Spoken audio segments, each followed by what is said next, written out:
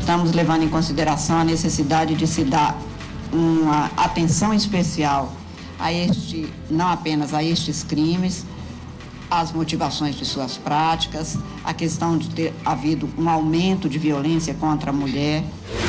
A sessão marcou a volta do ministro Marco Aurélio ao Tribunal Superior Eleitoral. Presidente do TSE por 3 vezes, o ministro ocupa uma das vagas de ministro substituto destinada aos representantes do STF. 3 em cada 10 brasileiros são analfabetos funcionais, ou seja, 30% dos brasileiros não conseguem realizar operações simples de matemática, mal reconhecem as letras e entendem pequenos textos.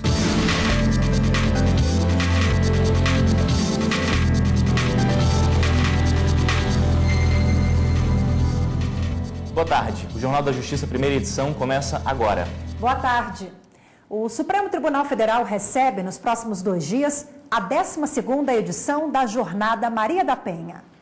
O evento é promovido pelo Conselho Nacional de Justiça e quem acompanhou foi o repórter Gabriel Ciafrei, que fala com a gente agora ao vivo. Boa tarde, Gabriel. Oi, Galton, boa tarde para você, boa tarde, Rafaela. Um dos objetivos da 12ª Jornada Lei Maria da Penha é aprimorar a atuação do Poder Judiciário e dos órgãos de segurança pública no enfrentamento, na investigação e também no julgamento de casos envolvendo a violência contra a mulher e também o feminicídio. Um outro foco é melhorar a organização de números de casos que acontecem por todo o país. Vamos acompanhar agora na reportagem como foi a abertura dessa jornada e também um dos primeiros painéis aqui no Supremo Tribunal Federal. A ministra Carmen Lúcia, presidente do Supremo Tribunal Federal e do Conselho Nacional de Justiça, fez a abertura da 12ª Jornada Lei Maria da Penha. Citou os casos de violência doméstica e de feminicídio por todo o país e a atenção dada pela lei. Destacou ainda a importância da atuação e integração dos órgãos responsáveis pelo combate aos crimes contra a mulher. Estamos levando em consideração a necessidade de se dar uma atenção especial não apenas a estes crimes, as motivações de suas práticas, a questão de ter havido um aumento de violência contra a mulher em função do gênero, mas especialmente na necessidade de haver uma integração cada vez maior entre todos os órgãos e instituições, como disse, que cuidam deste tema e que precisam, portanto, de atuar de forma harmoniosa. Quase 5.000 mulheres são mortas por ano no Brasil, um dos países que mais matam no mundo, mesmo com a Lei Maria da Penha, em vigor há 12 anos. Para a representante da ONU Mulheres, é preciso entender os motivos e as características dos feminicídios no país. Existe uma questão de discriminação estruturante, de desigualdade, que é o grande pano de fundo para a violência que sistematicamente sofremos nós, mulheres. O feminicídio foi o tema do primeiro painel de debates, que teve a participação de representantes do Poder Judiciário, do Ministério Público, da Defensoria Pública, Polícia Civil, além de pesquisadores. Os debates trataram da atuação do Poder Judiciário e órgãos de segurança pública nos casos em que mulheres são mortas. Trazer para a visibilidade as razões de gênero que estão subjacentes às mortes dessas mulheres, assegurar que o sistema de segurança pública e o sistema de justiça olhe para esse fenômeno com as lentes de gênero. E segundo, se trata de uma denúncia política, porque são mortes que são evitáveis. Com os painéis, os participantes querem tornar mais efetivo o combate à violência contra a mulher. A 12ª Jornada Lei Maria da Penha vai até amanhã no Supremo Tribunal Federal. E para falar um pouquinho mais sobre esses 2 dias da Jornada Lei Maria da Penha, a gente recebe aqui no Jornal da Justiça a defensora pública do Distrito Federal, Duciele Nóbrega. Muito boa tarde, doutora. Obrigado por participar do Jornal da Justiça. A gente vê que os casos continuam acontecendo, as leis existem, mas parece que não estão respeitando, né? Qual a importância de autoridades do judiciário e também polícias, enfim, discutirem sobre uma mesma ótica para tirar daqui e levar para o dia a dia? A importância de nós estarmos refletindo, após 12 anos de vigência da Lei Maria da Penha, o que estamos fazendo, o Estado brasileiro, o que o Estado vem fazendo para tornar essas mortes evitáveis. Então, a participação de todo o sistema de justiça nesse debate que é tão relevante, principalmente diante dos números tão graves e dessas notícias que sempre nos entristecem muito, porque o Brasil é o 5º lugar no ranking mundial de homicídios de mulheres, de feminicídios. Então, temos aqui atores do sistema de justiça, juízes, promotores, defensoras públicas, delegados de polícia, todo o sistema, as polícias, enfim, para atuar de forma conjunta, integrada, para evitar e pensar o que nós, enquanto Estado brasileiro, temos feito, os avanços e também os desafios que continuam para que a gente possa evitar e, enfim, reduzir os números de feminicídios e de violência contra a mulher no Brasil. Eu vi em algumas situações aqui as pessoas falando em cada um fazer o seu papel. Talvez se parta também desse princípio para que se combatam esses casos, quase 5 mil mulheres mortas no ano passado aqui no país. Com certeza, isso não é o papel de uma única instituição. Sem integração da rede, não se resolve o problema. A gente precisa atuar tanto na repressão, a partir da ocorrência policial registrada, investigação, processo com o julgamento, mas também investir em mecanismos de prevenção, porque tudo isso está preconizado na Lei Maria da Penha. Se cada instituição fizer o seu papel e atuar de forma colaborativa e coordenada, em rede, a gente tem muito mais chance de êxito. Tá certo. Muito obrigada, doutora Dulciele Nóbrega, defensora pública do Distrito Federal. Lembrando que a jornada aqui no Supremo Tribunal Federal vai até amanhã, sexta-feira. Eu volto com você ao estúdio. Rafaela. Obrigada, Gabriel. Ações que buscam o ressarcimento aos cofres públicos de prejuízos causados por atos de improbidade administrativa agora não tem mais um prazo limite para serem cobradas na Justiça. Por 6 votos a 5, essa decisão foi confirmada após uma inversão do placar de votação dos ministros do Supremo. O julgamento do recurso começou na sessão da semana passada, quando 8 ministros votaram. Nessa quarta-feira, os ministros Luiz Fux e Roberto Barroso, que já tinham votado pela prescrição, pediram para retificar os votos. Eles concluíram que atos de improbidade cometidos de forma intencional para prejudicar o Estado não podem prescrever. Debaixo da nossa toga bate o coração de um homem. E nós temos como dever de ofício aplicar-nos o direito, mas acima de tudo fazendo justiça. Se um agente público ímprobo tenha praticado um ato de corrupção, tem consigo ainda o produto da improbidade, o produto do desvio, e isso possa ser judicialmente demonstrado, não tenho conforto em dizer que ele possa conservar o produto do crime ou o produto do desvio sem que o Estado possa pretender reavê-lo. Os ministros Celso de Mello e Carmen Lúcia também votaram no sentido de que não há prazo para a cobrança na Justiça de recursos desviados em atos de improbidade. Não há como se extrair de um texto que tem essa expressão um entendimento diferente pela circunstância de que se erigiu a própria probidade administrativa em princípio da Constituição, repetida em regras que dizem respeito até mesmo aos crimes de responsabilidade do presidente da República.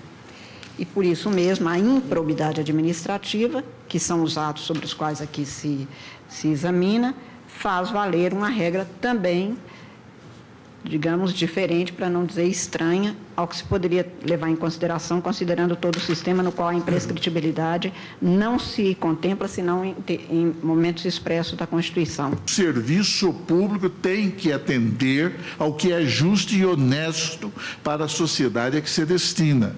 A administração pública tem, pois, que tomar a si a responsabilidade de realizar os fins da sociedade segundo padrões normativos de justiça e de justeza, esta configurada pelo conjunto de valores éticos que revelam a moralidade. Já o ministro Marco Aurélio seguiu os colegas Alexandre de Moraes, relator do recurso, Dias Toffoli, Ricardo Lewandowski e Gilmar Mendes, que já tinham votado semana passada pela prescrição dos casos no prazo de 5 anos. Não posso votar desconhecendo o sistema, desconhecendo que o legislador da lei de improbidade tomou de empréstimo um prazo uniformizado bilateral, porque diz respeito à prescrição da ação do Estado contra o cidadão e da ação do cidadão contra o Estado, que é o prazo de 5 anos. O recurso tem repercussão geral, ou seja, a decisão deve ser adotada em julgamentos de casos semelhantes nas instâncias inferiores. Cerca de 1.000 processos aguardavam essa conclusão do STF.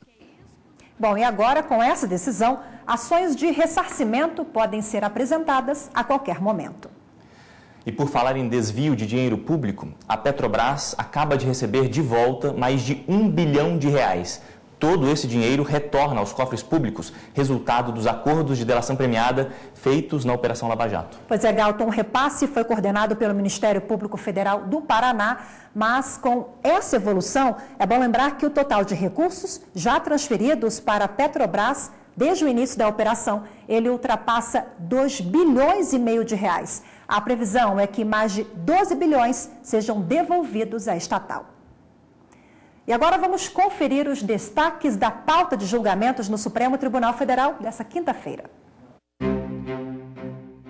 Separação de poderes e federação é o tema que abre a pauta da sessão desta quinta-feira, com 2 ações diretas de inconstitucionalidade contra a legislação do Rio Grande do Sul, que reajustou os vencimentos dos servidores do Poder Judiciário do Estado. Ordem social é o segundo tema do dia, com 2 embargos de declaração em ação direta de inconstitucionalidade contra a lei estadual que regulamenta a vaquejada como prática desportiva e cultural no estado do Ceará. Fecha a pauta um recurso extraordinário em que se discute a constitucionalidade do sacrifício ritual de animais em cultos de religiões de matriz africana. Mais informações sobre a pauta de julgamentos no site do Supremo Tribunal Federal, stf.jus.br. A partir do dia 13 de setembro, o Supremo Tribunal Federal vai ter um novo presidente. O ministro Dias Toffoli foi eleito para o cargo. O ministro Luiz Fux vai assumir a vice-presidência. O ministro Dias Toffoli, presidente eleito do Supremo Tribunal Federal e do Conselho Nacional de Justiça, vai ocupar a função até 2020. A vice-presidência será do ministro Luiz Fux.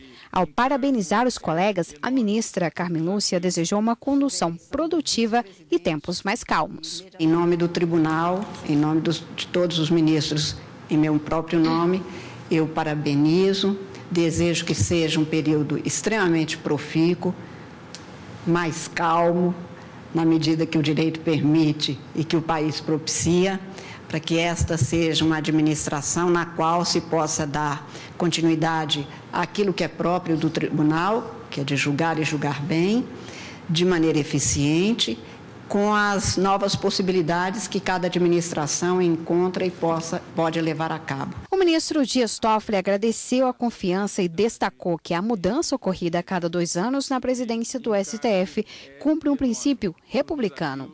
Este é um princípio republicano que esta corte segue há décadas, da rotatividade entre os seus integrantes, que ora recai sobre os meus ombros e o ombro do querido amigo Luiz Fux. A responsabilidade deste encargo é enorme.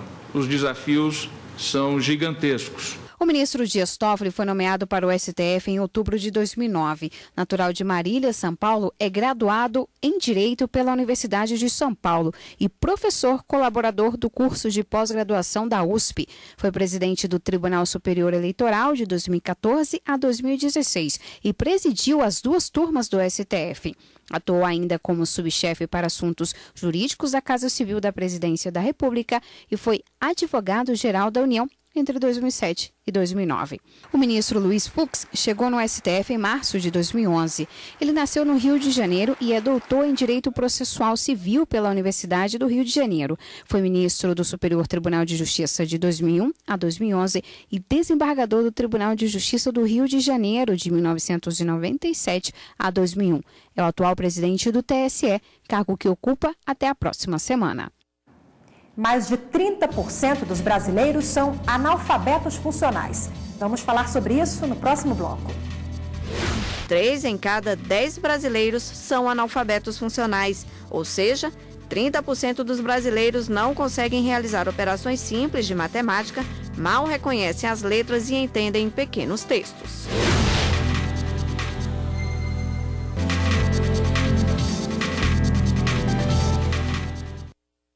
E teve decisão sobre as eleições na sessão plenária hoje de manhã no Tribunal Superior Eleitoral. Vamos ver os destaques. A sessão marcou a volta do ministro Marco Aurélio ao Tribunal Superior Eleitoral.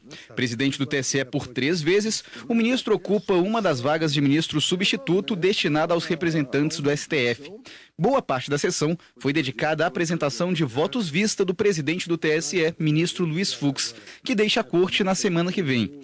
Os ministros decidiram que os horários de votação nos estados vão respeitar o fuso de cada localidade. A proposta de mudança de horário eleitoral foi analisada, sendo por unanimidade manifestada a manutenção do horário local de votação, ou seja, de 8 às 17 em todas as unidades da federação. No Brasil, 3 em cada 10 pessoas são analfabetas funcionais. É o que revela uma pesquisa do IBGE, Instituto Brasileiro de Geografia e Estatística, que mostra também que grande parte dos estudantes não consegue concluir os ensinos fundamental e médio.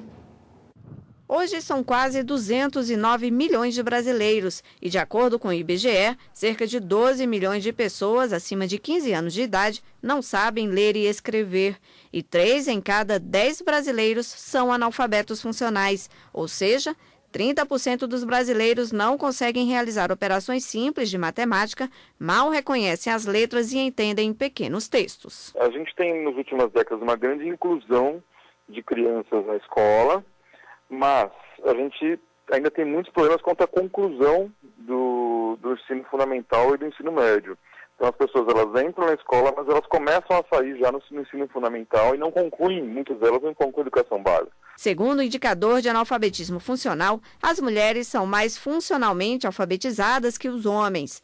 25% dos brasileiros que se consideram brancos ingressam ou concluem o ensino superior, enquanto a parcela de pessoas que se considera parda ou preta é menor no acesso ao 3º grau. No Brasil, a questão do analfabetismo ele tem história e tem raça, né? Ele tem cor, né? E isso é uma outra questão que a política considera muito pouco, em fazer políticas mais focadas para esses grupos que historicamente têm sido discriminados e têm sido negado mais o direito à educação. No que se refere a gênero, tem uma diferença interessante no caso brasileiro, que a gente tem mulheres com um nível de alfabetismo ligeiramente mais elevado do que os homens, e mesmo na escolaridade, né? Isso não é uma tendência de outros países africanos ou mesmo da América Latina. Até mesmo quem concluiu o curso superior confirma que a base da educação não foi a melhor. Terminei com muita dificuldade, né, o ensino médio fundamental, e prestei vestibular numa universidade particular. Paguei com muita dificuldade e foi assim que eu consegui minha formação. E ainda digo que não foi uma formação 100%.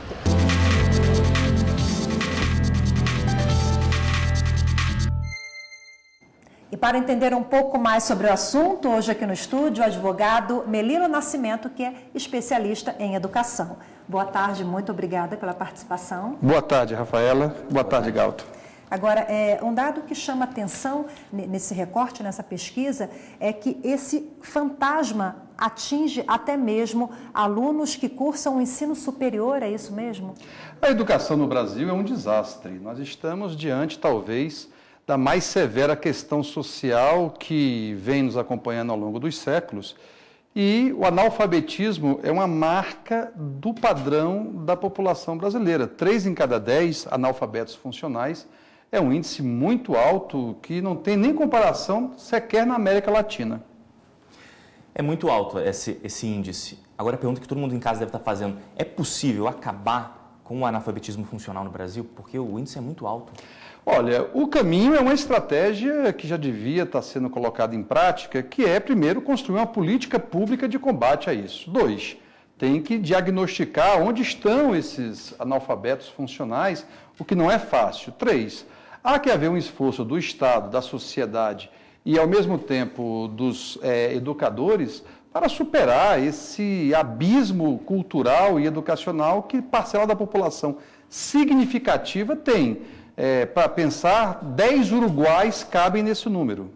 Agora, é interessante também revelar, e muito triste, né, identificar que existe uma diferença, né, em relação à região norte, nordeste, sudeste do país e também no que se refere a grupos étnicos, né? Isso demonstra que a distribuição de renda e a educação estão absolutamente relacionados. Ou seja, quanto mais a pobreza, mais miséria, você tem mais analfabetismo. E isso está geograficamente distribuído.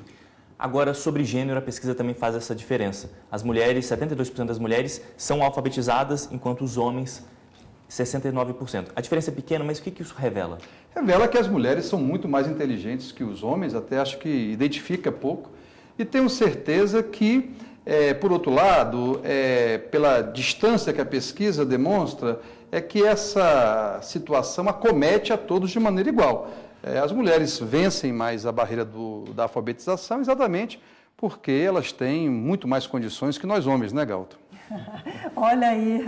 Agora, em relação ao analfabeto funcional, é bom a gente lembrar aos telespectadores que eles identificam letras e números, mas naquela conexão ali de letras e números, eles não conseguem interpretar os textos, né? E no início, antes da entrevista, o senhor convocou, né, nos convidou aqui a fazer uma reflexão, né? Basta pensar que se você imaginar que as letrinhas que estão colocadas aí não são identificadas por 3 de cada 10 brasileiros, ou que não se consegue pensar, que é o outro lado do analfabetismo funcional, mais do que interpretar, não se consegue pensar com a língua pátria, não se consegue pensar com a matemática. Então isso é muito grave e a gente precisa enfrentar isso de maneira decidida. Ok, mais uma vez. Obrigado, doutor Merigo, pela entrevista. Obrigada pela Eu que agradeço a oportunidade. E a presidente do STF, do CNJ, a ministra Carmen Lúcia, participou nessa manhã de um painel sobre o direito das mulheres ao longo dos 30 anos da Constituição Federal. Além da presidente do Supremo e do CNJ, o encontro reuniu também a Procuradora-Geral da República, Raquel Dodge, a presidente da Agência Nacional de Águas, Cristiane Dias Ferreira, e da Secretária Nacional de Políticas para Mulheres, Andressa Winkler Colato. A ministra Carmen Lúcia falou da importância de se cumprir os direitos fundamentais previstos na Constituição Federal. Ao longo dos 70 anos das Declarações de Direitos Humanos, a presidente do Supremo também destacou os desafios de ser mulher no Brasil, os casos de violência e principalmente do preconceito vivido no dia a dia. Não vamos cruzar os braços. Há muita coisa a fazer e a vida vale muito a pena quando a gente faz dos nossos braços fonte de abraços e não apenas estendidos ao longo do corpo, sem condições de fazer alguma coisa quando há tanto por fazer. Eu sei que não é fácil, como disse. Sei que é muito difícil, como é difícil viver, mas é ótimo viver. Por isso a luta pelos direitos é uma luta que vale a pena, porque vale a pena por cada um de nós e vale a pena principalmente pelos que vierem depois de nós e que também não terão o direito de desistir. O plenário do Superior Tribunal de Justiça elegeu os novos integrantes efetivos e substitutos, que vão atuar no Tribunal Superior Eleitoral e no Conselho da Escola Nacional de Formação e Aperfeiçoamento de Magistrados, para o biênio 2018-2020. O ministro do Superior Tribunal de Justiça, Og Fernandes, irá ocupar cargo de membro efetivo do TSE. Ele vai substituir o ministro Napoleão Nunes Maia Filho. O Pleno também elegeu o ministro Mauro Campbell Marques como ministro substituto da Corte Eleitoral.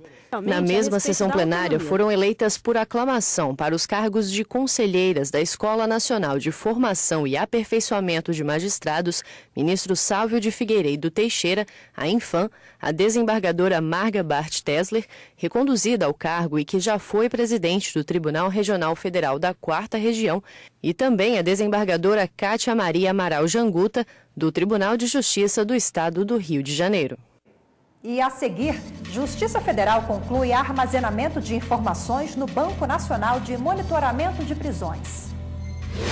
São 2.628 presos sob responsabilidade da Justiça Federal.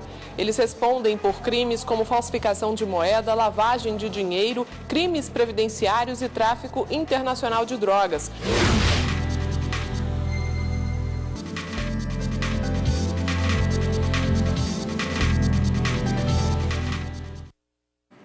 As informações de todos os presos sobre responsabilidade da Justiça Federal já estão armazenadas no Banco Nacional de Monitoramento de Prisão, o BNMP 2.0.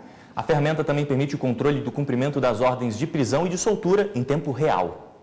A ferramenta desenvolvida pelo Conselho Nacional de Justiça mapeia a população carcerária a partir de informações enviadas. São 2.628 presos sob responsabilidade da Justiça Federal. Eles respondem por crimes como falsificação de moeda, lavagem de dinheiro, crimes previdenciários e tráfico internacional de drogas. Alguns dos maiores narcotraficantes do Brasil, por exemplo, foram condenados pela Justiça Federal. Eles representam uma minoria da população carcerária brasileira, 2.438 homens e 190 mulheres.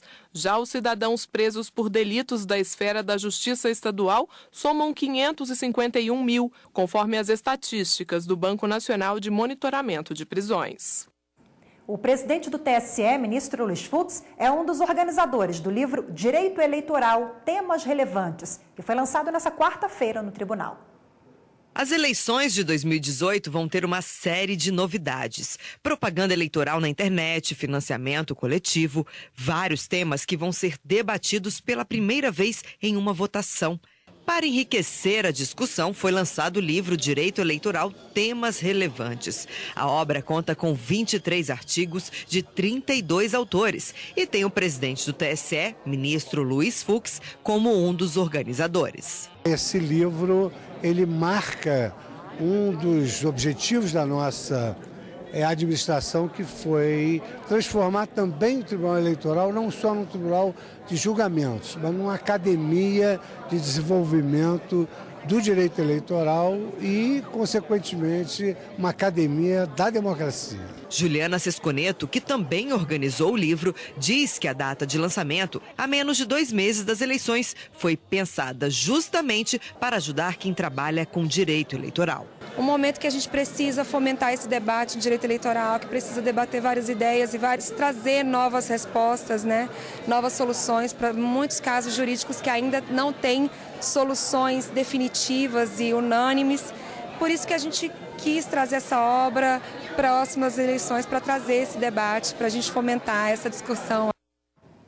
Esse foi o Jornal da Justiça, primeira edição. Espero você amanhã, 13h. Pois é, outras informações da Justiça Brasileira você acompanha durante a nossa programação e também na segunda edição do Jornal da Justiça, 18h30. Boa tarde para você, até amanhã.